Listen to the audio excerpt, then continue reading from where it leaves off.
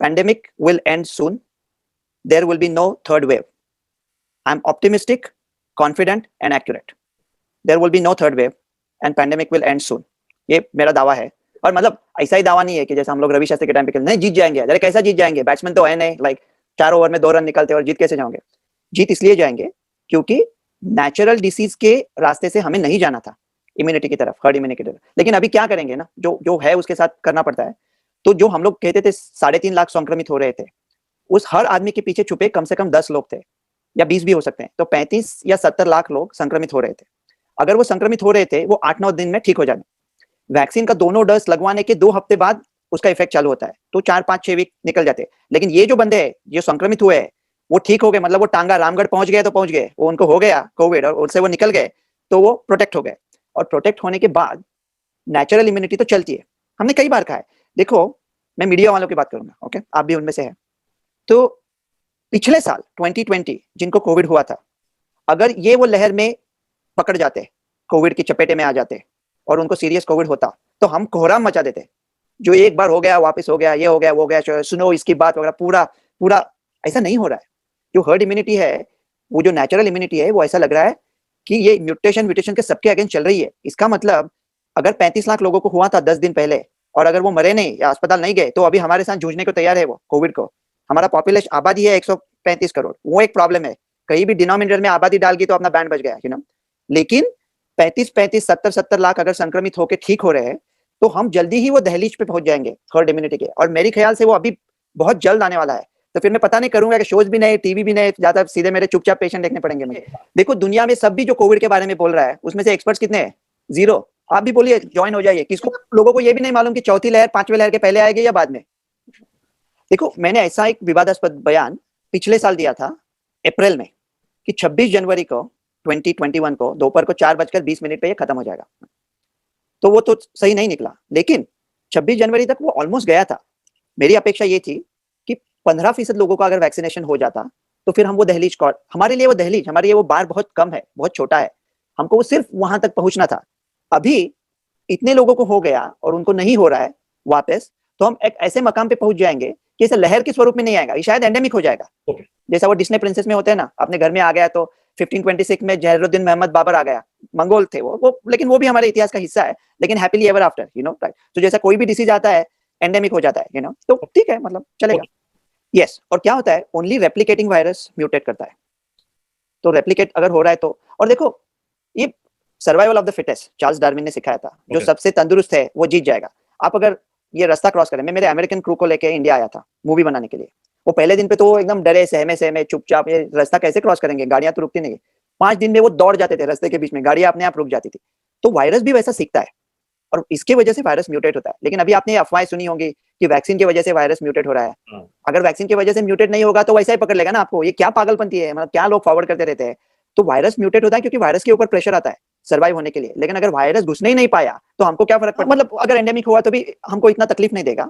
और ये दावा मैं इस बलबूते पे कर रहा हूँ क्योंकि मैं पहले हमेशा से कहता हूँ कि जो कॉमन कोल्ड हमको होता था बचपन में, बड़ी कितना इरिटेटिंग होता था बचपन में, खेलने जा रहे हो, यू नो, और वो ये हाँ तो वो रुमाल लेके जा रहे हो, उनमें से कुछ वायरस कोरोना वायरस थे। तो हम लोगों को काफी हो चुका है, तो उसके वजह से हमको, इसीलिए मेरे ख्याल से दिसंबर या जनवरी में ऑलमोस्ट गया था। तो हमारा जो कोविड के झूंझने की जो ताकत है, हर आदमी के पास थोड़े कोविड एंटीबॉडीज है, हमको उसको सिर्फ थोड़ा बढ़ाना है। लेकिन फिर भी जिनको कोविड हुआ है उन्होंने फिर भी टीका लगवाना चाहिए, क्योंकि हम अभी ऐसा मानते हैं कि वैक्सीन के द्वारा प्रदान की गई जो शक्ति है, प्रतिकार शक्ति है, वो नैसर्गिक रूप से मिले शक्ति से थोड़ी ज्यादा है, ऐसा हमें अब तक लगता है। इसका मतलब क्या है कि हम लोग फॉरेन की वैक्सीन बेच रहे हैं। ये जो लोग, मैंने एक शो पे कह दिया कि एक आईक्यू का लिमिट होना चाहिए, कि अगर 50 के ऊपर ना आईक्यू हो तो ऐसे कुछ पोस्ट मत करो। कह रहे कि आप फाइजर या मॉडर्ना के एजेंट हो, दलाल हो। फिरोज शाह कोटला पे में क्रिकेट मैच चल रहा है, दोपहर को 12 बजे, मैंने एक ठेला खोल के रखा है कि मैं एकदम आइस कोल्ड लेमन शरबत बेचूंगा, नींबू शरबत। और मनांग जी आके मुझे कहते हैं मुझे 5 रुपए कमीशन दे दो, मैं शरबत बेच दूंगा आपका। मुझे मनांग की जरूरत ही नहीं है, इतनी गर्मी है, कोई भी खरीद लेगा ना नींबू शरबत। अभी पूरी दुनिया टूट पड़ी है वैक्सीन के ऊपर, वो किसको कमीशन, क्या हम लोग बात करते हैं, क्या छोड़े आते रहेंगे। मैंने क्या किया था, मेरी सोच थी कि 21 करोड़ पॉपुलेशन की इम्यूनिटी हो गई तो हो जाएगा, ऐसा मुझे लग रहा था। तो 70 लाख के हिसाब से मैंने पकड़ा था कि 30 दिन में हो जाएगा, जब ये वेव चालू हो गई थी। और हम उसी रास्ते से बढ़ रहे हैं और वैसा ही हो जाएगा। और ये जो वैक्सीनेशन है वो लोग भी अभी कुछ हफ्तों में अपने साथ होंगे ना इसके साथ जूझने को। तो वैक्सीनेशन में अपना प्रॉब्लम क्या है कि जो लोग वैक्सीन देते हैं, वैक्सीन देने में 1 सेकंड लगता है, जो लोग रिकॉर्ड करते हैं आपका सरनेम क्या है, क्या फर्क पड़ता है, क्या फर्क पड़ता है, राइट। तो मैं अकेला हूँ, क्या फर्क पड़ता है, राइट। जिसको दे मैं हूँ ना इंडिया में, वैक्सीन दे दो। तो हम लोग जरा एडमिनिस्ट्रेशन में उलझे हुए। मैं अभी बात कहता हूँ और वो सच साबित निकलेगी, थोड़ी दिलचस्प है। जब हर एक आदमी ने जो उनके जहन में था इस दिन पे पैंडेमिक खत्म हो जाएगा, उसके पहले खत्म हो जाएगा। जो आपने सोचा था यकीन के हद के बाहर, जो आपने सोचा था उससे पहले पैंडेमिक। आप गवर्नमेंट बोल रही है, ऐसा कह रहे हैं कि वो धर्मेंद्र भगवान शिव के पीछे खड़ा है और बोल रहा है, और आपको लग रहा है भगवान शिव है, वो धर्मेंद्र है शिव जी के पास, कुछ मालूम नहीं है उनको। आज क्या तारीख है, आज अभी 1-2 जुलाई तक हो जाना चाहिए। मैं तो पहले से ही कह रहा था, लेकिन अभी लोग एकदम सिंपल है। मुझे कई लोगों ने फोन करके कहा है कि इसके बारे में बात मत करो, लेकिन फिर भी करूंगा। मेरा नाम गोडसे है, वो छोड़ दो, वो नहीं बात करता। 2 अक्टूबर को हम लोग कोविशील्ड को अप्रूवल दे सकते थे, आराम से दे सकते थे, कोई दिक्कत नहीं थी उसमें। कोवैक्सीन को जिस न्याय से अप्रूवल दिया, उस न्याय से कोविशील्ड को 2 सितंबर को अप्रूवल दे सकते थे। पूरे विश्व में आगे होते, पूरे विश्व का मैन्युफैक्चरिंग हमारे। लेकिन हमारी ना सोच, देखो ये थोड़ी कड़वी बात कहूंगा, अभी बॉम्बे का नाम बंबई कर दिया, मुंबई कर दिया, क्योंकि वो ब्रिटिशों का, वो ब्रिटिश नाम है ही नहीं यार। बॉम्बे मीन्स बॉम्ब आया, it's a Portuguese name, British है ही नहीं वो, उसको मुंबई कर दिया। चलो ठीक है, कर दिया, मैं मुंबई का मुंबई करूं, ओके। नाम बदलने से कुछ नहीं होता, काम बदलो। तो सोच ऐसी होनी चाहिए। हम लोग कहते हैं कि नेल्सन मंडेला थे साउथ अफ्रीका के प्रेसिडेंट, उनका अच्छा बुक है, उन्होंने लॉन्ग वॉक टू फ्रीडम, उसमें उन्होंने लिखा है, वो जा रहे थे कैरो से केप टाउन और वो बैठे प्लेन में, तो पायलट चलाया और वो पायलट ब्लैक था। तो नेल्सन मंडेला बोले, मेरे सीने में दर्द होने लगी कि धड़कनें बढ़ गई कि ये कि पायलट को प्लेन चलाने को आता है क्या। और उन्होंने कहा कि कैसा गोरे लोगों ने हमारा दिमाग ही बदल दिया है कि हम लोग खुद के ऊपर शक कर रहे हैं कि क्या हम इस काबिल है। तो हमने अप्रूवल नहीं दिया, तब तक दूसरे किसी गोरे गवर्नमेंट ने अप्रूवल नहीं, हम लोग राह देख रहे थे यूके की। हमारे साइंटिस्ट, ये साइंटिस्ट कौन है पूरे दुनिया में, यूके के साइंटिस्ट कौन है, भारतीय मूल के लोग हैं, मैं नहीं हूं, लेकिन मेरे जैसे लोग हैं, मेरे से कई गुना स्मार्ट लोग हैं, वो कमिटीज पे बैठे हैं यूएस यूके में, वो लोग ही सब करे, अपने ही बंदे हैं वो सब। और बंदिया ज्यादा करके, बंदे अभी कम हो गए, बंदियां ही ज्यादा है। तो हम क्यों राह देखे। अभी 6 घंटा पहले ब्रेकिंग न्यूज आई है, आई डोंट नो आपने सुनी है कि नहीं। Moderna was found 100% effective in age group 12 to 17। तो अपने जो कमिटी के लोग अगर सुन रहे होंगे, अगर उनको समझ में नहीं आता 100% क्या है, इसका मतलब जो भी बच्चे ने लिया उसको कोविड नहीं हुआ, as simple as that. America इसको 20 जून को परमिशन देगा, ऐसे किसी लिखा नहीं है, मैं कह रहा हूँ, 20 जून को परमिशन देगा। इंग्लैंड देगा 22 जून को, पूरा वर्ल्ड में फिर झगड़ा चालू होगा। इंडिया ने आज अगर परमिशन दिया मॉडर्ना को to become first nation in the world to approve Moderna for age 12 to 17, 2 crore doses मिल जाएंगे। मेरा ट्वीट अभी भेजा है मैंने, हमारे बच्चे खेल कूदने चाहिए प्लेग्राउंड पे, आईसीयू में नहीं चाहिए।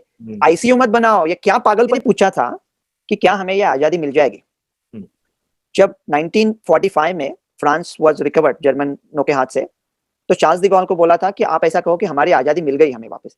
बोला वापस मिलने का क्या सवाल है, वो हमारी निजी आजादी थी, हमने कभी खोई नहीं थे, हम आजाद लोग हैं। कोई हमसे ये नहीं कह सकता कि आपने ये कुछ दिन के लिए ठीक है, लेकिन अब ये आजादी अपने सोच की बात है। हम पहले से आजाद थे, आजाद है और आजाद रहेंगे, और इसको भी जल्दी मात दे देंगे। अमेरिका ने तो निकाल दिया, और अमेरिका में अभी लोग कह रहे हैं कि आपको मास्क नहीं पहना तो म्यूकोरमाइकोसिस के स्पोर अंदर जाएंगे। मतलब क्या पागल लोग हैं। मैं मास्क के अगेंस्ट कुछ नहीं कह रहा हूँ, मास्क की वजह से डबल ब्लाइंड स्टडी कुछ है नहीं, लेकिन एक्सपीरियंस अच्छा है और सिंपल। अगर भगवान ये चाहता कि हम मास्क पहने तो मास्क डाल के ही भेज देंगे। पर्दा नहीं, जब कोई खुदा से बंदों से पर्दा करना क्या।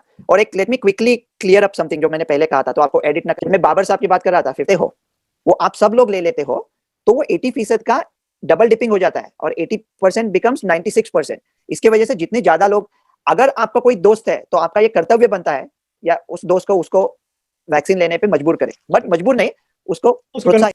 आप तो मैं वापस शोले पे आ गया, आप वो छोड़ते नहीं पॉइंट।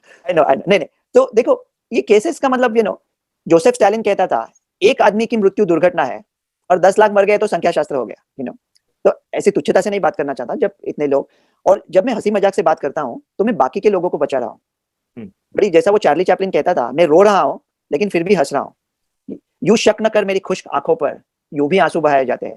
तो मैं उन लोगों के साथ शरीक हूँ उनके दुख में, और उनसे माफी चाहता हूँ कि उनके इतने बड़े दुख के बावजूद नहीं मैं ऐसी बातें कर रहा हूँ, लेकिन ऐसी बातें कर रहा हूँ कि लोगों का मनोबल बढ़ा रहे, वो हैप्पी थॉट सोचते रहे। तो जो केसेस आएंगे, अगर हम लोग अपना लाइफ रिज्यूम कर सकते हैं, जैसा पहले था वैसा कर सकते हैं, तो हमको से लाइक और शेयर जरूर करें और हाँ, हमें सब्सक्राइब और फॉलो करना ना भूलें ताकि आप देश और दुनिया की